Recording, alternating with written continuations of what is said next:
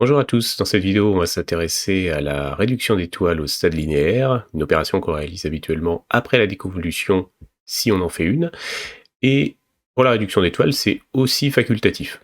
Donc en réalité là où les deux premières étapes du process au stade linéaire que j'expose, elles sont toutes les deux facultatives, vous pouvez ne pas souhaiter faire de déconvolution, et vous pouvez ne pas souhaiter faire de réduction d'étoiles, auquel cas vous pouvez passer directement à la suite.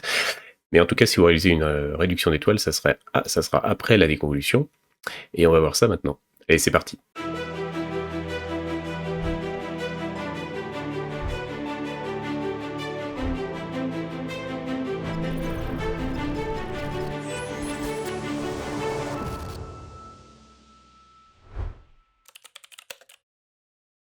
On va s'intéresser aujourd'hui à la réduction d'étoiles, au mécanisme de réduction d'étoiles qu'on fait habituellement au stade linéaire de l'image. Donc on va directement passer sur PixInsight avec cette image là qui est juste sortie d'empilement, qui est encore en linéaire. C'est une image que j'ai fait cet été et que j'ai pas traité encore, donc c'est voilà, je m'en sers pour le j'essaye voilà, je vais essayer dans toute cette série de tutos de travailler le plus possible sur les images que j'ai pas encore traitées, parce que ça aide aussi, sinon je vais avoir quelques réflexes, quelques mécanismes pour traiter correctement les images, je sais où je veux en venir. Donc l'idée c'est aussi que parfois si ça rate, et ben que vous puissiez le voir et que vous voyez comment on ajuste certains paramètres pour remédier au problème. Donc voilà, je préfère partir sur une image que j'ai pas du tout encore pour l'instant travaillée, elle est juste sortie d'empilement.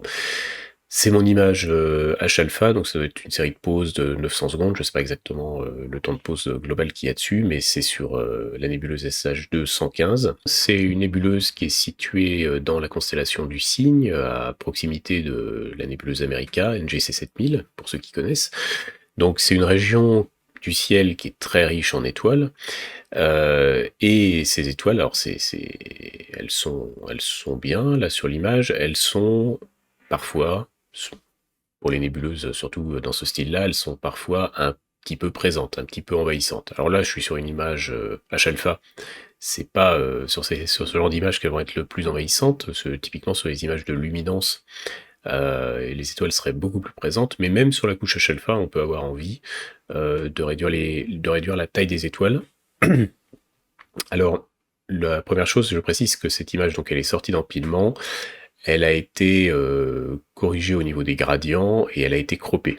Voilà. Là pour moi, sur cette image-là, je sais même pas en réalité si j'ai fait une correction de gradient, mais j'en vois pas.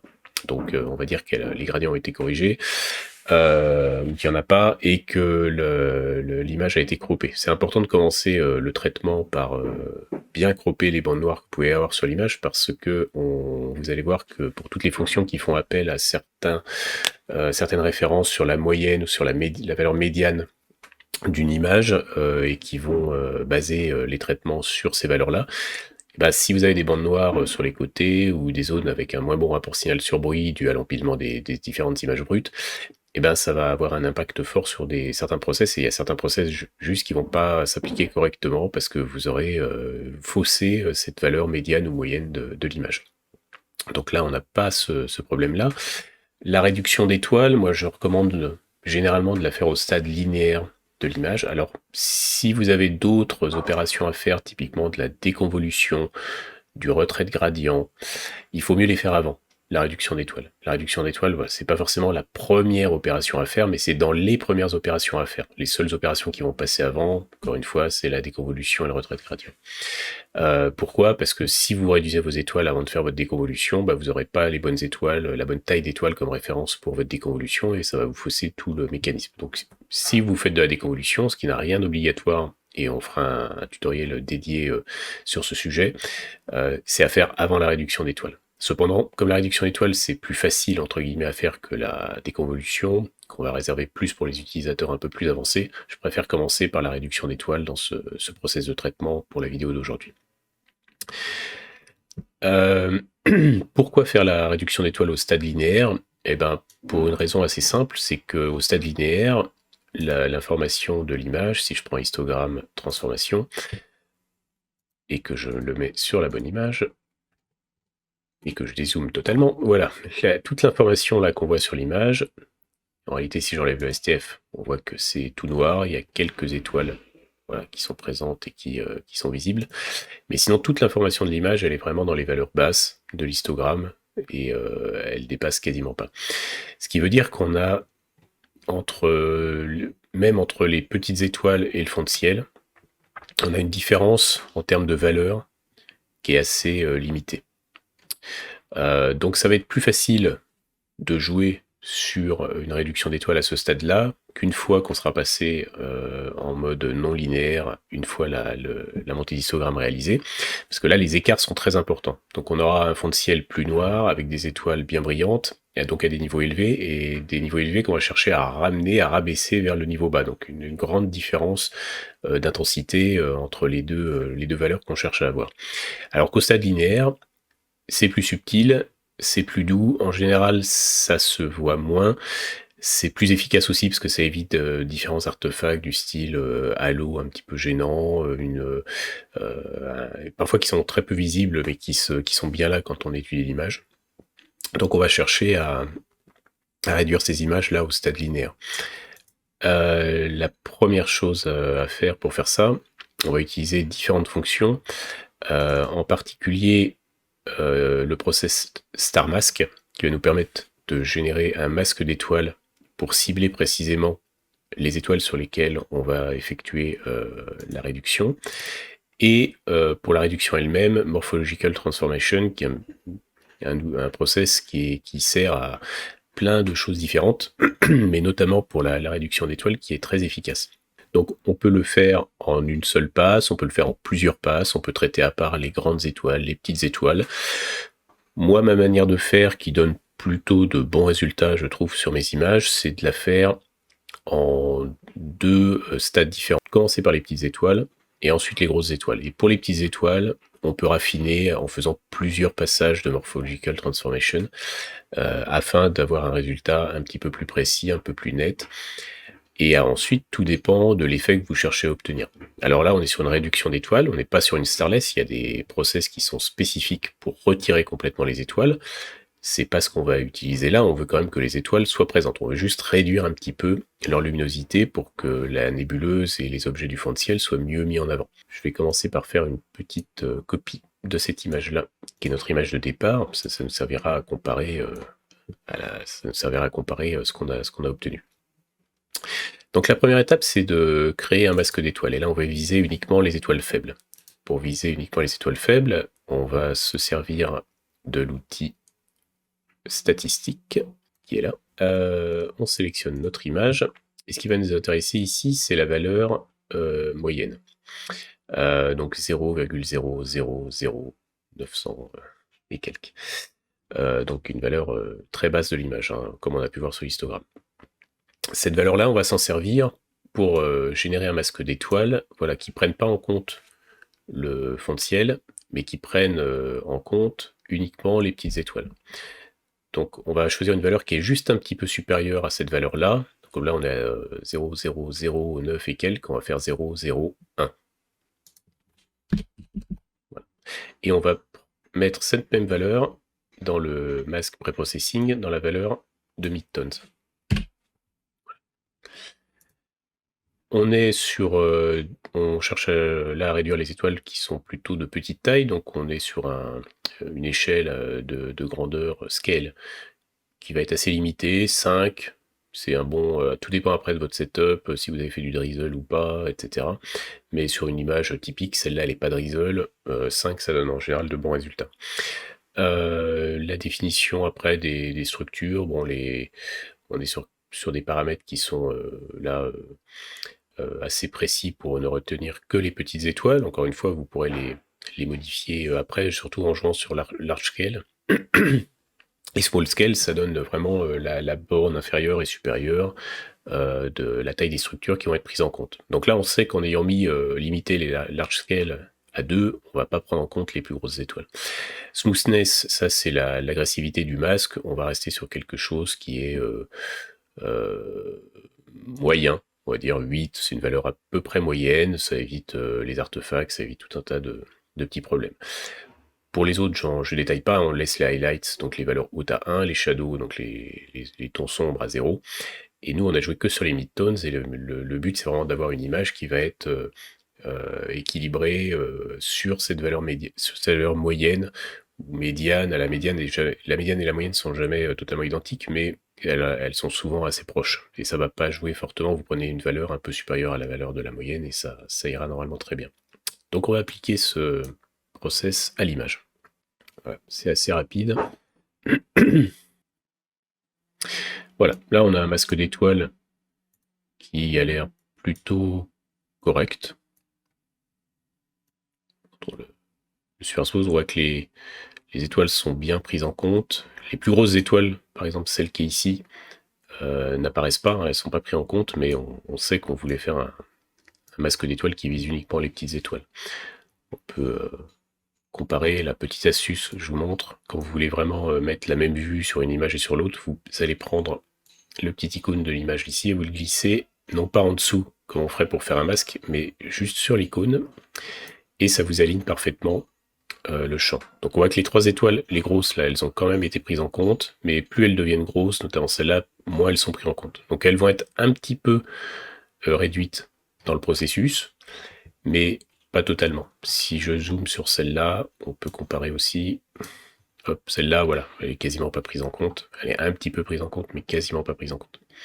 Donc on va venir appliquer ce star mask comme un masque d'étoile sur notre image. Donc on prend la petite icône de l'image et on vient le poser en dessous. Voilà, et on a le masque qui s'affiche en rouge. Petit rappel des contrôles clavier, CTRL-K pour afficher ou masquer le masque, CTRL-ALT-I pour inverser le masque. Alors là, évidemment, on ne cherche pas du tout à l'inverser puisqu'on veut un masque qui nous fasse travailler que sur les étoiles. Donc on vérifie qu'on ait bien le masque en mode normal. CTRL-K pour le désafficher. Et maintenant, on va venir appliquer la première étape de la réduction qui va se faire avec Morphological Transformation. Avec ces réglages-là, que je vous laisse regarder, et ce qui est à retenir, c'est les valeurs importantes, ça va être Structuring Element, ça va être la forme du motif qu'on veut avoir pour modèle. Donc là, on est sur un modèle d'étoile classique, rien de spécial. Morphological Selection, ça c'est par défaut, et pour on peut jouer sur Amount et Sélection pour forcer plus ou moins l'intensité du dosage de réduction qui va être appliqué. Donc là, comme on veut quelque chose de léger, on est sur des valeurs qui sont relativement basses, 0,20, 0,30, et on va lui appliquer un premier process avec ces paramètres-là. En sachant que je ne l'ai pas dit, mais pour l'élément, la forme qu'on va utiliser comme référence pour la réduction d'étoiles, il y a à la fois la forme de l'élément, mais il y a aussi sa taille. Là, on voit qu'on est à size 7. C'est quelque chose, ça, qui va dépendre aussi de votre setup. Ça va dépendre de quelle caméra vous utilisez, de quel échantillonnage vous avez. Si vous voyez que vous n'avez pas forcément des bons résultats, vous pouvez commencer à 7. Moi, je sais que 7, ça fonctionne bien avec mes deux setups, que ça soit avec sur la même lunette, que ça soit avec la caméra Tikwan, qui a des pixels plus petits que l'autre caméra que j'utilise, qui est la 16200. Il y a un échantillonnage pour la One qui est compris autour de 1,50, et pour la 16200, ça doit tourner autour de 2 secondes d'arc par pixel. Ça change pas grand-chose pour ces réductions d'étoiles. Donc il y a une tolérance quand même assez forte, ça ne va pas se jouer au dixième de seconde d'arc pour l'échantillonnage pour avoir des valeurs correctes. Mais si vous voyez que ça donne pas de bons résultats chez vous, c'est-à-dire soit ça diminue trop, soit ça diminue pas assez, commencez par vous intéresser à la taille là justement de l'élément. Sachant qu'on est sur des nombres impairs, donc vous passerez de 7 à 9 ou 5. Voilà, moi je sais que pour des échantillonnages classiques, on va dire autour de 1,5, 2, 7 c'est bien. Ça donne, je l'avais aussi fait une fois avec un setup où il y avait un peu plus de focale, donc je vais être à 1,2, 1,1, ça donnait aussi de bons résultats. Donc je pense que, à moins que vous soyez sur des valeurs inférieures à la seconde d'arc, ce qui est assez rare, soit très supérieur à 2 secondes d'arc, normalement ces paramètres-là devraient donner de bons résultats. Mais encore une fois, il faut faire des essais, il faut affiner. Si ça donne de bons résultats, ne vous contentez pas du bon résultat, essayez de modifier un petit peu les paramètres et de voir le résultat que vous obtenez. En attendant, l'application de ce process-là, bah, on voit tout de suite le résultat. Je vais agrandir un petit peu l'image, voilà, pour qu'on voit mieux.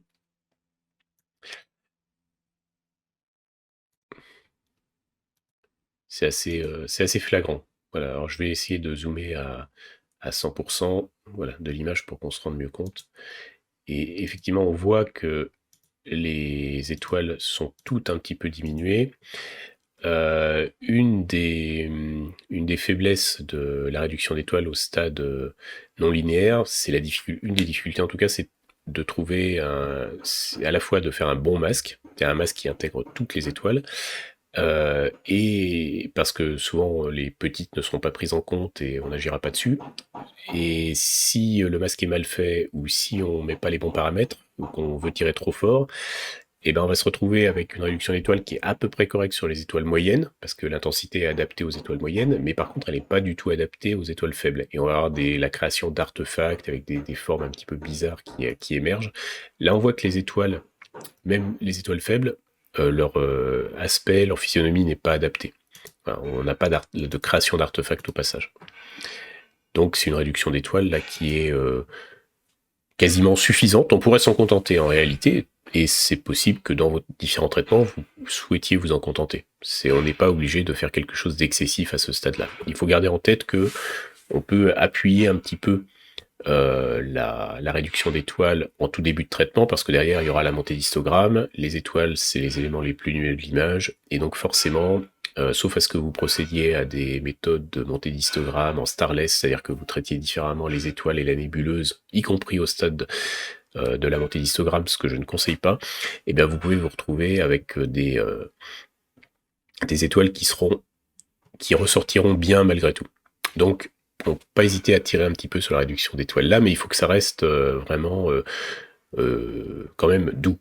Il ne faut pas que ça soit visible, il ne faut pas qu'il y ait des créations de halo. Si on prend cette étoile-là, par exemple, on voit que le halo reste convenable, on n'a pas une trace énorme de la réduction. La luminosité est bien réduite, et sur l'aspect général de l'image, on voit tout de suite la différence. On peut raffiner un petit peu cette première réduction avec une deuxième passe, si nécessaire, hein, c'est pas rien d'indispensable encore une fois. Et là, on va être sur toujours avec le Morphological Transformation, les mêmes paramètres de départ. On est sur 10 itérations avec 0,05, donc beaucoup plus faible sur la valeur, toujours 0,30 en sélection et toujours la même taille pour l'élément. Voilà, l'appliquer aussi. Voilà. Donc là, on voit, même avec la version précédente, si je fais avant-après, on voit que c'est plus sensible que la première réduction. La première réduction, là, la version initiale, c'est celle-là. Après la première passe, après la deuxième passe, on a encore un tout petit peu réduit, c'est plus léger. Voilà. Et vous pourriez continuer en faisant une passe supplémentaire si vous vouliez encore réduire. Je suis pas certain. Si vous avez besoin de faire plus que 2 passes, c'est peut-être que vos paramètres d'intensité de traitement sont pas suffisamment fortes sur les 2 premières passes. Je pense que aller au-delà, c'est peut-être un petit peu excessif. Si je zoome là sur ces étoiles-là, on peut refaire version initiale. Grosse différence avec la première passe, et la deuxième passe, on vient radoucir encore un petit peu les contours. Mais c'est très léger. On voit que sur Amoun, on a diminué fortement, on était à 0,20 je crois pour la première passe, et là on est à 0,05. Donc grosse différence. Ça c'était pour les étoiles, les petites étoiles. Donc là maintenant on n'a plus besoin de ce masque d'étoiles, on peut l'enlever, et on va venir faire un autre masque d'étoiles maintenant pour les grosses étoiles. Alors là, pour les grosses étoiles, toujours la même technique, on va venir prendre la valeur de la médiane, ça a changé un petit peu avec les process qu'on vient de faire, ça a modifié un petit peu les valeurs de médiane et de moyenne, mais pas drastiquement. On peut rester sur du 0,001. Et en revanche, là, on va pas toucher au midtones. On modifie juste cette valeur du noise threshold, et on touche pas aux structures. Pour les échelles, on reste sur 5. Et on va juste augmenter smoothness. On était à 8 tout à l'heure, là on va passer à 16. Ça va faire comme sur les structures plus grandes, on a besoin d'un peu plus de douceur dans les, dans les masques d'étoiles qui sont générés. Voilà, et là on peut lancer le process.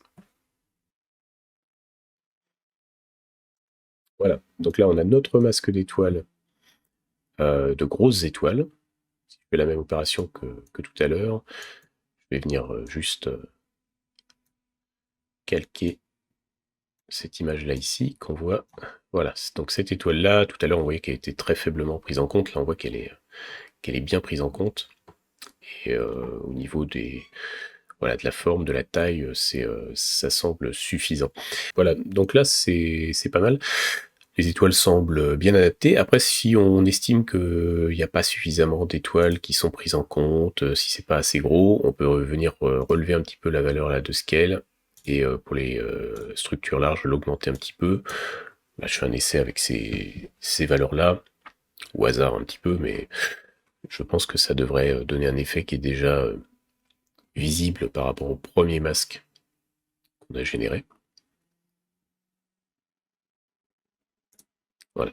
Donc là, on a un masque avec des paramètres qui favorisent les structures un peu plus grandes, et les niveaux d'informations qui sont pris en compte. Et on voit tout de suite qu'on a des étoiles un petit peu plus prononcées sur ce masque-là, avec un centre qui sera un petit peu plus blanc, un halo qui est un petit peu plus large. Donc on va agir sur les étoiles différemment. Donc après, avec ces masques-là, on peut très bien faire des essais pour déterminer ce qui se prête le mieux à l'image. On va commencer avec le masque de base. Donc pareil que tout à l'heure, je l'applique là. Je vérifie juste qu'il est bien mis. Et on va venir faire une autre réduction, donc toujours avec Morphological Transformation, toujours, c'est pas les mêmes paramètres là, les trois premiers ne changent pas, hein.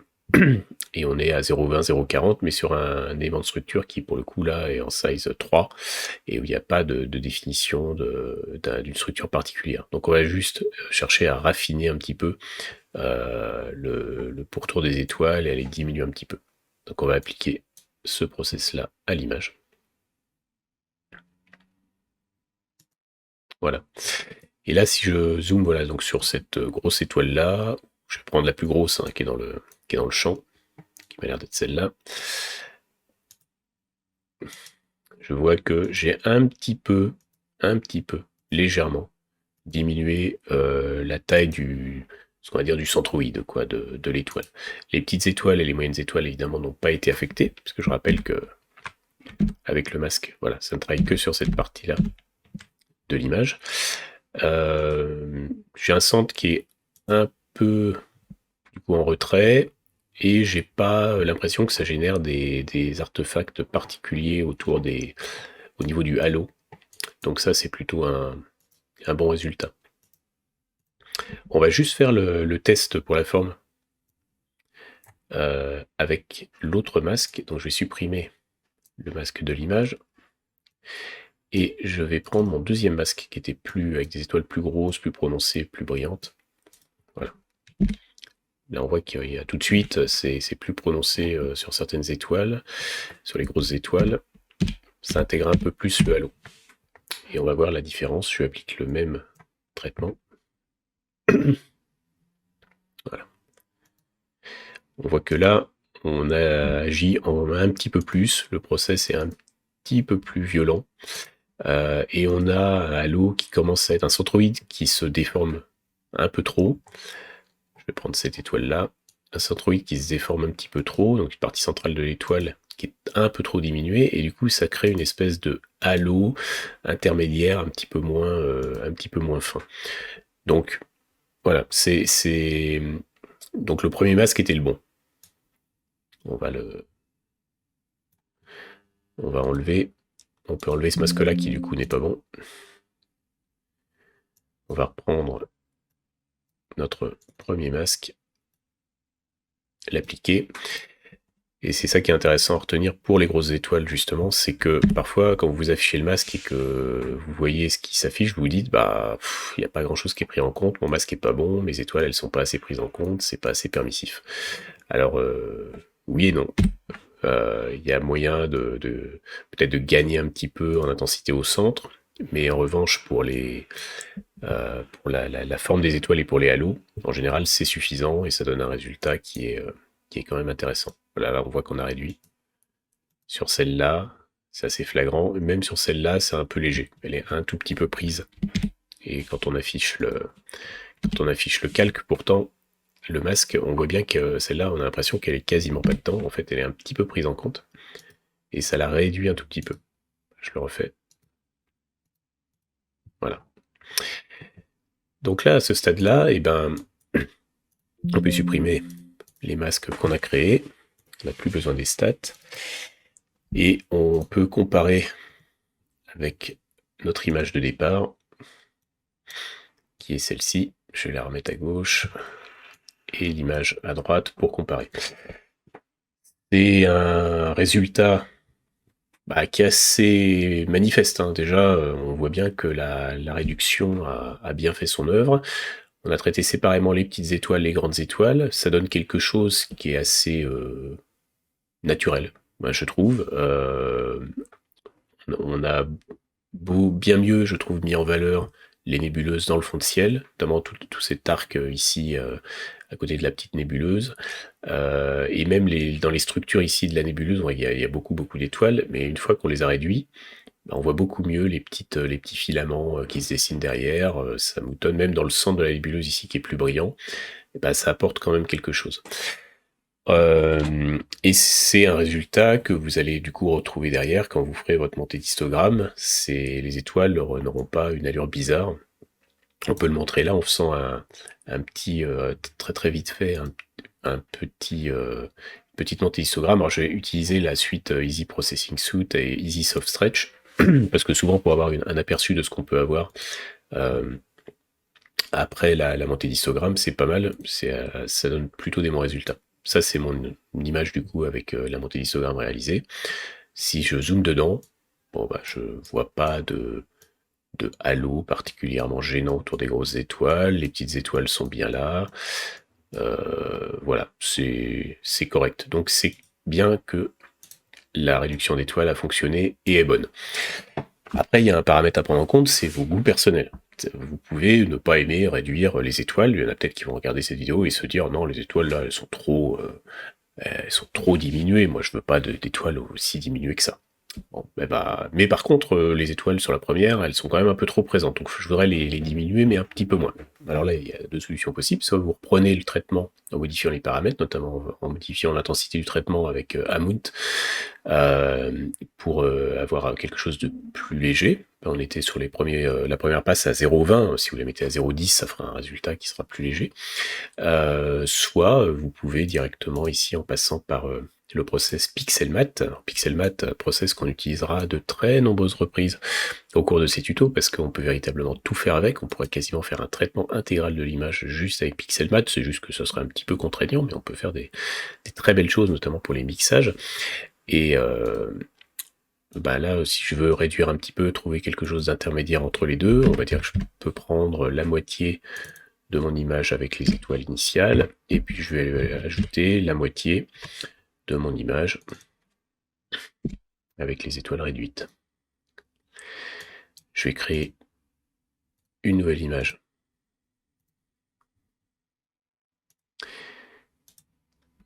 Et voilà. Donc là, je vais les réduire un petit peu pour qu'on puisse les comparer. Ça, c'est mon image initiale. Ça, c'est mon image avec les étoiles réduites. Et ça, c'est mon image. Ça tient pas, mais on voit quand même la différence. On voit que voilà, cette version-là, c'est une version intermédiaire des deux autres images. Donc là, j'ai mis 0,5, mais vous pourriez mettre différents coefficients pour mettre un peu plus de poids à la première image, un peu plus de poids à la seconde image. C'est pas très compliqué. On va juste vérifier que, par exemple, dans cette zone, on va se mettre en 100%. On va faire une vue identique sur les trois. Voilà. On peut zoomer un petit peu peut-être pour mieux voir. Entre la version avec les étoiles plus présentes, la version avec les étoiles très réduites et la version intermédiaire, on voit que le fait de mélanger des images avec des étoiles qui ont différentes tailles, n'est pas problématique hein, en soi. Les images là, issues de la combinaison de deux images, elles sont pas altérées en forme, elles sont toujours un aspect naturel, elles n'ont pas des halos bizarres qui sont créés. Donc c'est tout à fait satisfaisant. Vous pouvez doser comme ça le résultat final selon vos goûts personnels. N'oubliez pas que derrière, vous allez, comme je disais tout à l'heure, monter l'histogramme. Donc si vous voulez avoir un peu plus de marge, justement pour bien mettre en valeur la nébuleuse, eh ben, privilégiez une version peut-être avec les étoiles un peu plus réduites. Sinon, partez sur une combinaison des deux ou une réduction d'étoiles un petit peu moins poussée. Voilà, en tout cas, c'est tout pour cette vidéo. J'espère que ça vous a intéressé, que vous aurez trouvé des choses utiles pour vos traitements. N'hésitez pas à utiliser l'espace commentaire pour me faire part de toutes questions, critiques, avis que vous pourriez avoir sur ce que je viens de montrer. Et c'est aussi une zone d'échange pour pouvoir justement donner peut-être plus de précision s'il y a certains aspects que j'ai oublié de traiter. Et puis en tout cas, bah, je vous dis à bientôt pour un nouveau tuto sur la suite du traitement de l'image au stade linéaire. À bientôt.